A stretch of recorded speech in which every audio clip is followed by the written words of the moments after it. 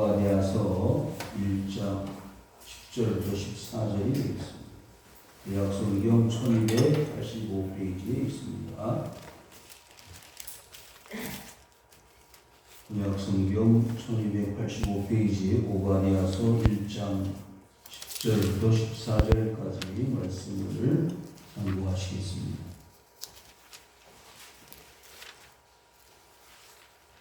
다시 한 목소리로 합독하십니다. 시작. 내가 내 형제 야곱에게 한 고함으로 말미암아 부끄러움을 당하고 영원히 멸절되리라. 내가 멀리 있었던 날 곧 이방인이 그의 재물을 빼앗아가며 외국인이 그의 성문에 들어가서 예루살렘을 얻기 위하여 제비 뽑던 날에 너도 그들 중 한 사람 같았느니라. 내가 내 형제의 날 곧 그 죄악 날에 항만할 것이 아니며 유다 자손이 패망하는 날에 기뻐할 것이 아니며 그 고난의 날에 내가 입을 크게 벌릴 것이 아니며 내 백성이 환난을 당하는 날에 내가 그 성문에 들어가지 않을 것이며 내가 그 고난을 방관하지 않을 것이며 환난을 당하는 날에 내가 그 재물에 손을 대지 않을 것이며 내 거리에서 서서 도망하는 자를 막지 않을 것이며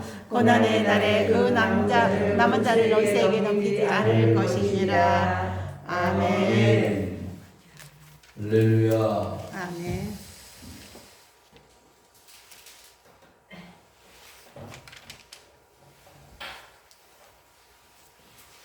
감사할 이유 두 번째 말씀을 우리 같이 나누기를 원합니다. 오늘 주보에 보시면 스펄전 목사님이 감사했던 내용을 기록하고 있습니다. 다음과 같은 말씀을 했는데 우리에게 별빛 주시는 은혜를 감사하면 하나님께서는 우리에게 달빛을 주신다. 그리고 달빛을 주신 은혜를 찬송하면 하나님께서는 우리를 햇빛도 소용없는 좋은 곳으로 인도하실 것이다. 거기는 하나님의 영원하신 빛이 밤낮으로 비춰질 것이다 하고 스펄전 목사님은 감사의 중요성을 우리에게 강조하고 있습니다. 우리는 아침에 일어나서부터 밤 잠자리 들기까지 과연 얼마나 감사하고 삽니까? 2022년도 이제 10월 날이 이제 접어져가고 있는데 과연 한 해 동안 하나님 우리에게 주신 은혜가 얼마나 큰지 한번 헤아려 보셨습니까? 이 스펄전 목사님처럼 정말 하나하나가 다 하나님 앞에 감사할 조건인데 우리가 그 감사할 조건에 얼마만큼 반응을 하며 우리가 살아왔었습니까? 그래서 지난주에 이어서 하나님 앞에 감사해야 할 이유가 분명히 있다는 것, 하나님 우리를 감사할 수밖에 없도록 이끌어 가신다는 것 한번 생각해 보면서 이 가을날 이제 겨울로 들어가는 이 초입에 하나님의 은혜를 깊이 묵상할 수 있는 시간이 될 수 있기를 바랍니다. 우리 자신들이 누리는 감사의 조건도 중요하지만 우리를 괴롭히고 우리를 가로막고 우리를 어렵게 하는 대적들을 하나님이 물리쳐 주실 때 그것도 감사할 수 있는 조건이 될 수 있겠다. 우리가 사는 환경, 우리가 사는 사회, 그리고 우리가 하는 모든 일들이 그렇게 넉넉하지 않고 만만한 것이 없습니다. 그래서 우리는 실망하기도 하고 낙심하기도 하고 때때로는 절망에 정말 밤을 새워가면서 고민할 때가 많이 있습니다. 우리는 스스로 이런 그 어려운 환경과 여건을 극복해내기가 너무나 힘들고 버거워서 낙심하고 절망하는데 하나님 그 모든 장애물들을 제거해 주시고 해결해 주시고 풀어주신다면 우리는 이 세상을 담대하게 이기면서 승리하면서 살아갈 수 있겠다 하는 생각을 해보게 됩니다. 우리가 하나님 말씀을 묵상하면서 가장 우리에게 도전이 되고 또 감사의 이유가 될 수 있는 말씀들이 많이 성경에 나와 있는데, 어려운 일들이 이스라엘 백성들 앞에 가로막혀졌을 때마다 하나님 그 어려운 환경들을 그리고 장애물들을 하나님은 해결해 주시더라는 말씀이 되겠습니다. 출애굽을 했을 때 제일 먼저 부딪혔던 문제가 뭡니까? 이스라엘 백성들이 가지고 나왔던 물이 다 떨어졌습니다. 양식이 다 떨어졌습니다. 그럼 어디 가서 먹을 것을 구하고 마실 물을 찾겠습니까? 자, 사흘길을 걸어왔는데 물이 다 떨어졌다고 했어요. 그래서 물을 찾기에 급급하고 있는데 한 물을 만났습니다. 물을 만났는데 사람들이 그 물을 마시려고 하니 써서 마시지를 못하고 있을 때에 하나님이 모세에게 한 나뭇가지를 지시하여 그 나뭇가지를 그 물에 던졌더니 물이 달아져서 마셨다고 했습니다. 40년 동안 이스라엘 백성들이 광야에 살았을 때 그들은 농사짓지 않았습니다. 씨를 뿌리지 않았습니다. 수확하지 않았습니다. 그런데 그들은 40년 동안 배를 골지 않고 40년을 건강하게 살 수 있었습니다. 그것은 하늘에서 만나가 내려왔기 때문 아닙니까? 매일 아침마다 나가서 들판에 하늘에서 내려온 만나를 거두어다가 빻고 찧어서 그것을 떡으로 만들어 먹으면서 40년을 살았습니다. 그러니까 마실 물의 문제, 그리고 양식의 문제, 그리고 그들을 가로막고 있었던 아말렉이라고 하는 군대 문제, 모든 하나하나의 발걸음을 내딜 때마다 이스라엘 백성들은 절망하고 낙심하고 불평하기 이를 데 없었습니다. 홍해를 만났습니다. 홍해를 어떻게 건너갈 것인가? 모세를 원망하고 모세를 향하여 삿대질을 할 때 모세는 어떻게 했었습니까? 하나님 앞에 기도했습니다. 하나님, 왜 이렇게 백성들을 이끌어내서 홍해에 빠져 죽게 하시려고 이끌어내셨습니까? 라고 절망의 절규의 기도를 하나님 앞에 드렸을 때에 이스라엘 백성들은 그 홍해가 갈라지는 기적의 현장을 보게 된 것입니다. 사랑하는 성도 여러분, 이와 같이 감사할 수 없을 때 감사할 수 있는 이유를 하나님 만들어 주셨습니다. 물이 없고 양식이 없고 홍해가 가로막혀 있을 때 이스라엘 백성들은 감사커녕 하나님을 향하여 원망하고 모세를 불평 원망의 대상으로 삼지 않았습니까? 그런데 그 모든 어려움들이 다 해결되고 풀어져서 오히려 감사할 수 있는 이유로 만들어 주셨던 하나님이심을 우리는 말씀을 통해서 볼 수가 있습니다. 오늘 본문에서도 그와 같은 내용의 말씀들이 잘 나타나 있습니다. 하나님은 어떻게 역사하시고 우리를 이끌어 가시는지를 실감나게 우리에게 아주 드라마틱하게 우리에게 말씀을 주시고 있다는 것을 여러분들이 보시게 될 것입니다. 이 오바댜서는 구약 성경 가운데서 유일하게 한 장으로 되어 있는 성경입니다. 특별히 이 오바댜서는 하나님께서 이 에돔이라는 나라를 징계하시고 심판하시기 위해서 오바댜라는 선지자를 불러서 그에게 에돔의 멸망을 예고하시는 장면이 이 오바댜서에 잘 나타나 있습니다. 에돔, 그 에돔은 누구일까요? 어떤 나라일까요? 에돔은 에서, 야곱의 형제, 야곱의 형이었던 에서가 만든 민족, 나라가 에돔이라는 나라입니다. 한번 찾아보겠습니다. 여러분들 구약 성경은 창세기를 한번 펴보실까요? 창세기 37장을 펴보시기 바랍니다. 에돔이라는 나라가 어떻게 만들어졌는지 한번 보실까요? 36장입니다. 창세기 36장을 보시면은요, 36장 1절에 보시면 나옵니다.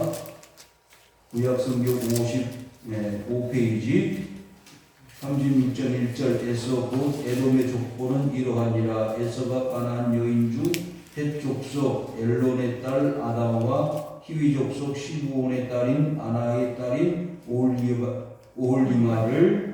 올리바마를 자기 아내로 맞이했다 했습니다. 그걸 앞서서 여러분 한번 28장을 보시기 바랍니다.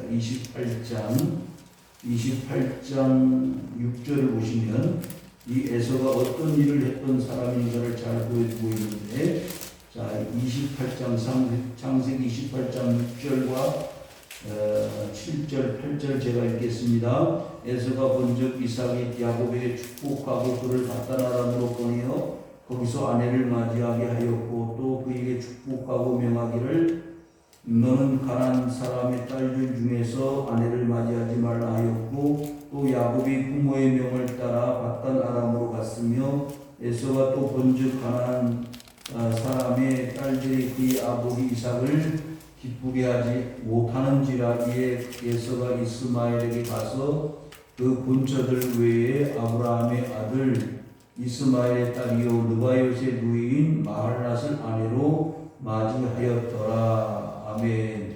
자, 이게 무슨 내용이고 하니, 자, 이삭이 두 아들 쌍둥이를 낳았는데 큰 자식이 누구죠? 에서고, 작은 아들이 야곱입니다. 그런데 이 두 아들이 서로 족속이 다른 족속이 되었어요. 하나는 축복의 자녀, 하나님의 자녀인 야곱이 되었고 하나는 저주의 자녀인 에돔 족속이 되었다는 것이죠. 그런데 그럴 수밖에 없었던 것은 지금 읽었던 대로 야곱은 하나님의 명령에 의해서 자기 동족에서 아내를 삼았고 반대로 형이었던 에서는 자기 동족이 아닌 이방 여자를 자기의 아내로 삼았다. 그래서 가나안 여인 중에 헷 족속 그리고 히위 족속 중에서 여인들을 데려다가 아내를 삼았다는 말씀이 지금 창세기 35장 28장을 우리가 읽었던 내용에 있습니다. 자, 그러면 이 에돔이 에서가 행한 일을 보니까 하나님의 말씀에 불순종한 결과라는 사실을 알 수가 있습니다. 부모의 말씀을 따르지 않았고 개의치 않고 자신의 스스로 사람 보기에 자신이 보기에 합당한 사람을 자기의 아내로 삼았다는 것이죠. 그것은 환경과 여건을 우선하는 오늘날 마치 현대인들의 삶을 사는 모습과 같다고 할 것입니다. 하나님이 우선이고 교회가 우선이고 신앙과 믿음과 하나님을 기쁘시게 드리는 삶이 우선이 아니라 내가 좋고 내가 아름답고 내가 보기에 좋은 것이 판단의 결과가 되어졌다는 것이죠. 그런데 그와 같이 하나부터 10까지가 다 하나님 중심이 아닌 이 에서 중심의 삶을 사는 그 에서의 가족, 그리고 에서의 가족의 중심이 되어진 에돔 족속은 하나님과는 동떨어진 삶을 살 수밖에 없었을 것입니다. 마치 아브라함과 그의 조카 롯이 분리되어진 삶을 살고 그로 인하여 그 결과 마지막에는 소돔과 고모라를 선택했던 그 조카 롯은 삼촌 아브라함에 의해서 구출을 받고 겨우 살 수밖에 없었던 과거의 경험들을 우리가 살펴볼 때 하나님을 쫓아갔던 삶의 주인공이었던 아브라함과 세상의 쾌락의 삶을 선택했던 그 롯의 삶은 정반대가 되어졌다는 사실을 우리는 알 수가 있습니다. 사랑하는 성도 여러분, 우리가 이와 같이 신앙의 삶과 믿음의 삶을 살아가는 이유가 여기에 있습니다. 하나님을 선택하고 믿음의 길을 가야만 하는 이유는 그 마지막이 선하고 아름답고 하나님이 인정하시는 길이 되어질 때에 축복의 삶이 될 수 있으나 하나님을 멀리하고 세상 쾌락과 세상의 문화를 쫓아갈 때는 언젠가는 그 결과 심판과 하나님으로부터 징계를 받을 수밖에 없는 일들이 초래되어진다는 사실을 우리가 생각하면서 우리는 하나님 앞에 이 시간 겸손의 무릎을 꿇고 하나님 우리에게 말씀하십시오. 하나님 우리가 그 주님의 말씀을 따라 살겠습니다라는 결심과 또 결정이 이 시간에 있어질 수 있기를 주님의 이름으로 축원을 드립니다. 오늘 본문으로 돌아갑시다. 내가 네 형제 야곱에게 행한 포악으로 말미암아 그랬습니다. 구체적으로 이 에서 에돔 족속이 야곱 족속 이스라엘 족속에게 행한 포악이 구체적으로 무엇인지는 본문에 잘 나타나 있지 않습니다. 그러나 분명히 알 것은 지금 읽었던 창세기 내용과 같이 비록 형제지간에 같은 형제지간에 관계를 가지고 있었지만 다른 나라가 되었습니다. 민족성이 달라졌습니다. 곧 하나님 중심의 이스라엘과 세상 쾌락의 중심 바알과 아세라 중심의 가나안 족속의 그 영향을 받은 에돔 족속이 되어질 수밖에 없었고 결코 하나가 될 수 없었다는 사실입니다. 그로 인하여 이스라엘이 고통을 당할 때 전쟁을 치를 때 오히려 그들을 돕는 것이 아니라 이스라엘을 괴롭히고 이스라엘 대적과 연합을 해서 이스라엘을 침략하는 이런 일들을 이 에돔 족속에 행하였다는 것을 우리는 알 수가 있습니다. 그렇기 때문에 자 오바댜서 1장 1절 한번 보실까요? 주 여호와께서 에돔에 대하여 이와 같이 말씀하시니라. 우리가 여호와께로 말미암아 소식을 들었나니 그랬습니다. 그러니까 하나님이 이제 하나님의 사자를 보내서 이 에돔 족속 그러니까 에사의 후손들에게 어떠한 징계와 심판이 내려질 것인가를 우리에게 보여주고 있습니다. 곧 사자가 나라들 가운데 보내심을 받고 이르기를 너희는 일어날지어다 우리가 일어나서 그와 싸우자 하는 것이니라. 아무리 세상에 강대국이라 할지라도 하나님을 대적할 수가 있겠습니까? 하나님과 겨우 이길 수가 있겠습니까? 불가능한 일입니다. 아무리 아수르든지 바벨론이든지 결국 하나님을 대적했던 나라들은 다 멸망을 당하고 말았습니다. 하나님의 심판 앞에 무너졌습니다. 그런데 조그마한 나라 에돔이라는 나라가 어떻게 하나님을 대적하고 이스라엘을 괴롭혀서 무슨 유익이 있겠습니까? 그래서 2절에 보라 내가 너를 나라들 가운데 매우 작게 하였으므로 네가 크게 멸시를 받는다. 그러니까 에돔이라는 나라는 아주 작은 나라예요. 큰 강대국에 비하면 어디 나라가 있는지조차도 모를 수밖에 없는 조그만 나라고 또 멸시를 받는 나라입니다. 그럼에도 불구하고 겨우 하나 이스라엘을 괴롭히는 데 앞장섰던 이 에돔이라는 나라는 결국에는 멸망을 당할 수밖에 없다는 성도들이요. 한 해 동안 우리가 하나님의 은혜로 살아왔는데 우리를 괴롭혔던 여러 가지 악의 세력들이 있지 않습니까? 그 악의 세력들을 우리가 두려워하고 염려할 필요가 없다. 경제적인 문제라든지 우상의 문제라든지 여러 가지 우리를 괴롭혔던 모든 문제들이 우리 눈에는 크게 보이고 우리가 해결하기 너무 버거운 문제들이 할지라도 결국 에돔 족속이 하나님 앞에 무너지는 것처럼 그 세상 모든 것들은 다 무너지게 될 때가 온다는 것입니다. 그것을 우리는 이 시간에 기억하면서 무엇으로 감사로 하나님 앞에 나가야 할 것이다 라는 것입니다. 너희 마음의 교만이 너를 속였도다. 바위 틈에 거주한 높은 곳에 사는 자여 네가 마음에 이르기를 누가 능히 나를 땅에 끌어내리겠느냐. 네가 독수리처럼 높이 오르며 별 사이에 깃들일지라도 내가 거기에서 너를 끌어내리리라. 여호와의 말씀이니라. 사랑하는 성도 여러분, 하늘 꼭대기에 올라가 별들 가운데 숨어 있을지라도 하나님은 그 별들 사이에 깃들려 있는 에돔 족속을 다 끌어내릴 것이다 라고 했어요. 여러분, 하나님의 말씀을 듣고 순종해야 할 요나가요, 하나님의 낯을 피하여 도망을 했죠. 니느웨로 가라고 명령을 했는데 니느웨로 갈 생각은 하지 않고 다시스로 가는 배를 타고 갔습니다.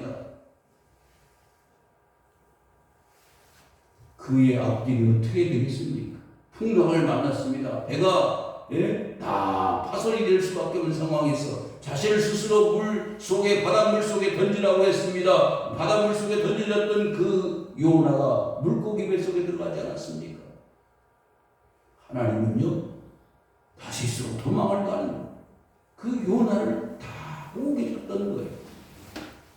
그 다시스를 가는 그 요나에게 하나님은 큰 물고기를 준비하셔서 그의 뱃속에 그를 감금시켜 놓으셨던 거 아닙니까? 어디로 도망을 가겠습니까? 산을 꼭대기 올라가도 하늘 높이 저 별들 사이에 숨어 있다 할지라도 하나님은 그 타락하고 부패한 에돔 족속을 찾아내는 것처럼, 요나가 물고기 뱃속에 갇혀있는 것처럼 하나님은 다 찾아내시고 하나님 뜻에 의하여 하나님의 역사를 이루가신다는 사실을 기억하실 수 있기를 바랍니다. 그렇기 때문에 하나님을 대적할 수가 없는 거예요. 하나님을 믿는 사람을 괴롭힐 수가 없는 거예요. 여러분, 한 해 동안 나를 정말 괴롭혔던 조건들이 있을 거 아니에요? 사람이 있을 거 아니에요? 환경이 있을 거 아니에요? 내가 믿음생활 하려고 하는데, 신앙생활 제대로 하려고 하는데 나를 가로막고 방해하고 힘들게 하는 조건들이 있었을 거 아닙니까? 그런데 하나님 그 모든 것들을 다 해결해 주신다는 약속의 말씀이 오늘 본문에 있다는 거예요. 그래서 우리는 그것을 인하여 뭐하자? 감사하다는 거예요. 부끄러움을 당하고 영원히 멸절되리라. 이것은 에돔 족속의 마지막 순간을 설명하는 거 아닙니까? 에돔은요, 사실 처음부터가 바람직하지 않았습니다. 자, 에서는 뭘 좋아했다고요? 사냥을 좋아했어. 들판에서 사냥을 하면서 짐승을 잡아다가 아버지를 기쁘게 드린 아들이었습니다. 그런데 야곱은 동생은요, 집에서 매일 어머니가 하는 일을 돕는 여성 같은 일을 좋아했습니다. 똑같은 쌍둥이였지만 행동이라든지 성격이 완전히 달랐지 않았어요? 그런데요, 그렇게 성격도 다르고 행동의 모습도 다른데 하나님은 누구 편에 서셨느냐고요. 똑같은 쌍둥이였지만 성격도 다르고 행동의 반경도 다른 그 두 남자에게 하나님은 어떤 결과를 갖게 만드셨나요? 보십시오. 이미 그의 어머니 르브가가 태를 가지고 있을 때, 아이를 배웠을 때 이미 하나님은 그 어머니에게 예고하셨습니다.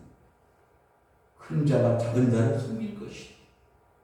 큰 자가 작은 자를 섬길 것이다라는 말씀을 주님으로부터 들었을 때 그것을 염두에 두었습니다. 머릿속에 간직하고 있었어요. 이게 무슨 뜻일까? 그런데 그것이 실현되어져 가는 것을 봅니다. 그래서 아버지가 이제 이삭의 나이가 많이 들었습니다. 어떻게 됐죠? 이제 마지막 축복을 하고 세상을 떠나가려고 하는데, 그래서 그 형 에서에게 짐승을 잡아다가 별미를 만들어서 나에게 대접을 하라. 그러면 내가 마지막 장대 축복을 너에게 주겠다고 약속을 하지 않았어요. 근데 그것을 미리 알고 있었던 어머니 리브가와 그 동생 야곱이 어떻게 했죠?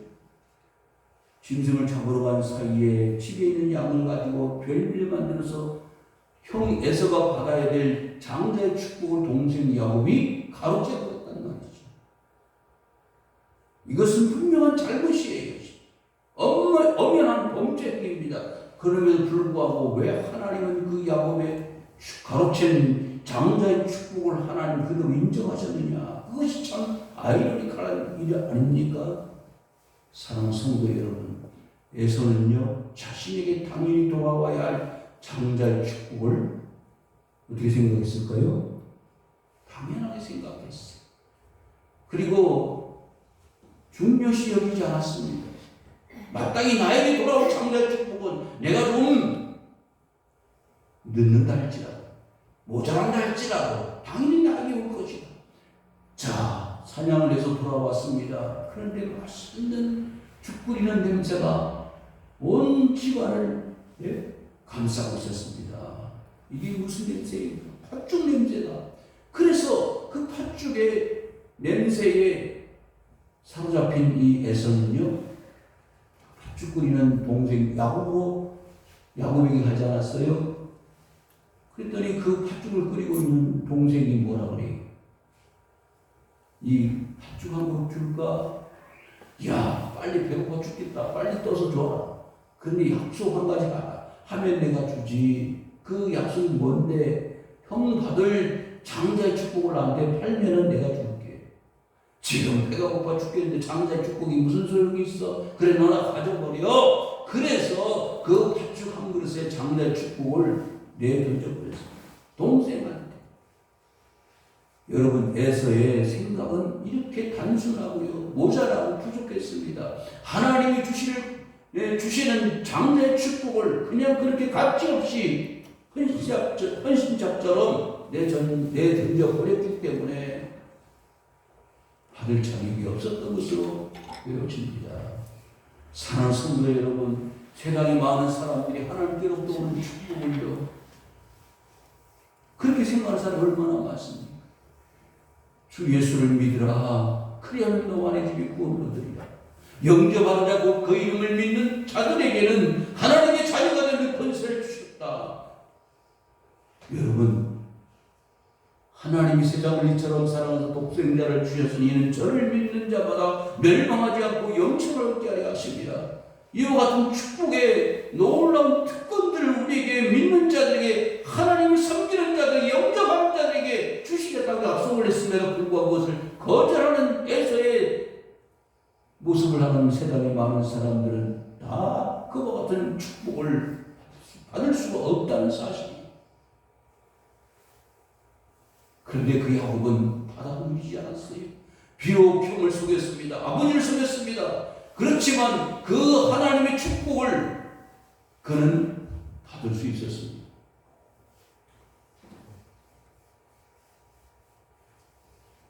11절입니다. 내가 멀리 섰던 날 곧 이방인이 그의 재물을 빼앗아가며 외국인이 그의 성문에 들어가서 예루살렘을 얻기 위하여 집이 뽑던 날에 너도 그들 중 한 사람 같았느니라.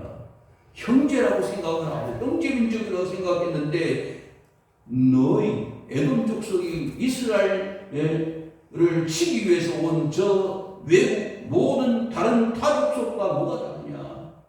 심판을 받아 마땅하다는 거예요. 시간이 없기 때문에 내가 형제의 날 곧 재앙의 날에 방관할 것이 아니고 유다 자손 패망하는 날에 기뻐할 것이 아니며 그 고난의 날에 내가 입을 크게 벌릴 것이 아니다. 오히려 돕고 협력하고 같이 이방 민족과 연합을 해서 싸워야 될 그런 상황이 아니라 형제 민족인 이 유다와 연합을 해서 쳐들어오는 저 이방 민족을 물리쳐야 되지 않겠느냐라는 역설적인 설명 아닙니까? 그런데 그렇게 하지 않았다. 그러니 이 행동 하나하나가 하나님의 징계와 심판을 받기에 합당하다는 것 아니겠습니까? 여러분, 우리를 돕지 않은 사람들, 우리에게 협력하지 않은 사람들은 이와 같이 돕지 않는 것, 협력하지 않는 것으로 인해서 하나님의 심판을 받는다는 것이에요. 그렇기 때문에 여러분, 이것이 우리 감사의 조건이 될 수 있는 것이에요. 내 백성이 환난을 당하는 날에 내가 그 성문에 들어가지 않을 것이며 내가 그 고난을 방관하지 않을 것이며 환난을 당하는 날에 내가 그 재물에 손을 대지 않을 것이며, 당연히 그렇게 해야 되는데 그렇게 하지 않았다는 거 아닙니까? 오히려 이스라엘의 패망을 기뻐하고 박수를 치며 환호하며 그들을 조롱하고 그들은 우습게 여겼던 사람들이 에돔 족속이었다는 거예요.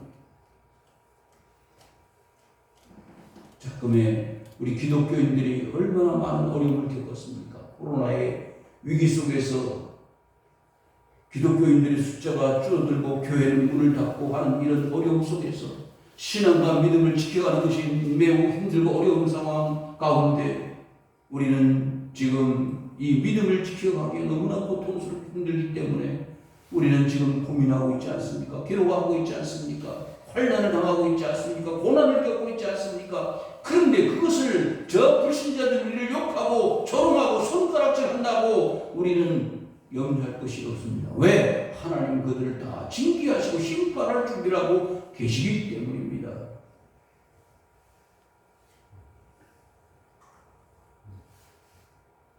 여러분 한번 말씀을 보십시오. 1장 6절입니다. 에서가 어찌 그리 수탈되었으며 그 감춘 보물이 어찌 그리 빼앗겼는고 너와 약조한 모든 자들이 다 너를 쫓아 변경에 이르게 하며 너와 화목하던 자들이 너를 속여 이기며 네 먹을 것을 먹는 자들이 네 아래에 함정을 파니 네 마음에 지각이 없음이로다. 이렇게 된다는 거예요. 그러니까 다 빼앗깁니다. 다 보물도 빼앗기고 수탈당하고 오히려 그 에돔 족속의 앞에다가 함정을 파가지고 빠뜨리는 일들이 일어나게 될 것이고 그리고 에서의 산에서 지각 있는 자를 멸하지 아니하게 되냐. 여러분 지금 우크라이나 전쟁을 한번 보십시오. 처음에는 무섭게 우크라이나를 침략하고 일주일 안에 끝날 줄 알았던 전쟁이 지금 7개월째로 접어들고 있지 않습니까? 많은 장성들이 피격을 당하고 사살을 당하고 있지 않습니까? 항복을 하고 탱크를 보내두고 도망을 간다는 거예요. 왜? 지혜 있는 자가 없기 때문에 그렇습니다. 여러분 애굽을 어떻게 살렸습니까? 누가 살렸습니까? 애굽의 박사들과 설교들이 아니에요. 그들은 다 바로 왕의 꿈을 해석하지 못했습니다. 누가 해석했어요? 감옥에 갇혀 있었던 왕의 감옥에 갇혀 있었던 요셉이 그 꿈을 해석했습니다. 그리고 7년대 풍년과 7년대 흉년을 예고하여 지혜롭게 애국 백성들뿐만 아니라 그 주위에 있는 모든 나라 백성들을 가뭄에서 기근에서 배고픔에서 번절해서 구원해 내지 않았습니다. 이와 같은 지혜 있는 자들이 믿는 자들입니다. 하나님을 섬기는 자들입니다. 여러분 그러기 때문에 우리는 우리 신앙과 믿음을 가지고 있으면 뭐 해야 된다? 감사해야 된다는 거예요. 이 나라가요 지금 힘들죠. 어렵죠. 경제적인 고통과 괴로움 속에 하루하루가 어렵잖아요. 그런데 이 어려움 속에서 그래도 교회가 있고 신앙과 믿음을 가진 자들 때문에 나라가 세워져 간다는 걸 기억하실 수 있기를 바랍니다. 내 거리에 서서 그 도망하는 자를 막지 않을 것이며 고난의 날에 그 남은 자를 원수에게 넘기지 않을 것이니라. 여러분 이것은 어떤 말씀입니까? 마지막 때에 이스라엘 백성들이 망할 때에 그 망하는 이스라엘을 괴롭히는 거예요. 어렵게 하는 거예요. 도망하는 길을 열어줘야죠. 남은 자를 그 치는 침략자들이 넘겨주어서는 안 되죠. 그래야 이스라엘이 살 거 아닙니까? 그런데 그와 같이 한다는 거예요. 그래서 이 에돔은 망할 수밖에 없다는 것입니다. 말씀을 정리합니다. 이 에돔 족속은 하나님이 이스라엘 백성들이 형제의 민족이었지만은 이스라엘 민족을 괴롭히고 힘들게 하고 어렵게 하는 그 이유로 인하여 결국 패망의 길로 가게 만들 것이다라는 약속의 메시지입니다. 왜 그것을 가지고 우리가 감사해야 하는가? 여러분, 우리가 잘 되는 것도 감사하지만은 우리를 괴롭히고 우리를 가로막고 우리를 어렵게 하는 모든 장애물들과 환경을 해결해 주실 때 오히려 그것을 인하여 감사할 수 있는 것도 좋은 감사가 아니겠느냐 생각을 해 보게 된 것입니다. 2022년도 이제 한 해 동안 우리를 가로막고 있었던 모든 어려운 코로나의 문제, 경제적인 문제, 가정의 여러 가지 어려운 문제들, 이루 말할 수 없는 고통과 괴로움으로 각자 개인이 감사는커녕 하나님께 원망과 불평으로 살아갈 수밖에 없었던 한 해 동안의 모든 그 어려움들을 다 물리치고 우리 앞에 있는 모든 장애물들과 어려운 일들을 하나님이 이와 같이 해결해 주실 것을 믿고 오히려 감사할 때 우리 앞에는 탄탄대로가 이루어지게 될 것입니다.